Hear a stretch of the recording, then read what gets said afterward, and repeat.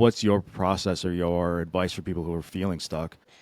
A lot of times we have things that continually show up in our life that we would say is not good, right? Like we don't want it. But there's usually a payoff at the end of it. So let's say, for example, somebody is sick or somebody's really in a lot of pain. They start to heal. They're literally the symptoms go away and then it like snaps back in and then they start to experience really intense pain again. Well, and again, we're just generalizing it. We're not saying this is everything, right? But the maybe the cycle is I'm in a lot of pain, I can't move, or like I have to stay in bed for 2 days, and then my husband or my wife or a friend comes in and they like give me comfort, or maybe it's emotional stress and like depression or something like that.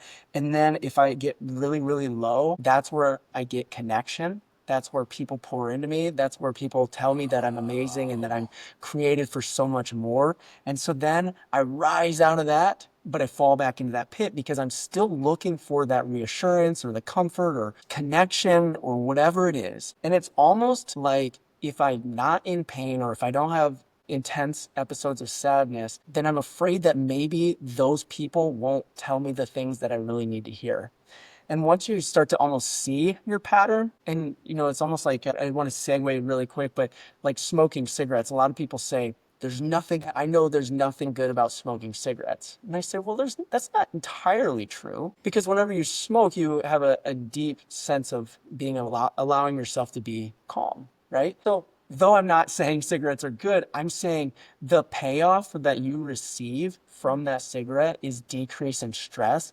It's a coping mechanism. It's a way of being able to get a little bit more calm. Is there a way that we can do that without harming our body? Yeah, there's absolutely a better way. But once we realize that there is a payoff and what I'm really looking for is the payoff, then we start to find different avenues of ways of getting that payoff. And so I think that it's really complex because it can be a whole lot of different things for that person. But I think that a lot of times if we ask questions, we tend to get to the core of it a lot quicker. But when we're talking about chronic challenges where there's a feedback loop or maybe emotional sadness where they're experiencing deep lows, there's usually some sort of payoff there. Once they can find that payoff and they're reassured that those people would still love them if they were healthy, or and I know that almost sounds insane, No. because like, why wouldn't they?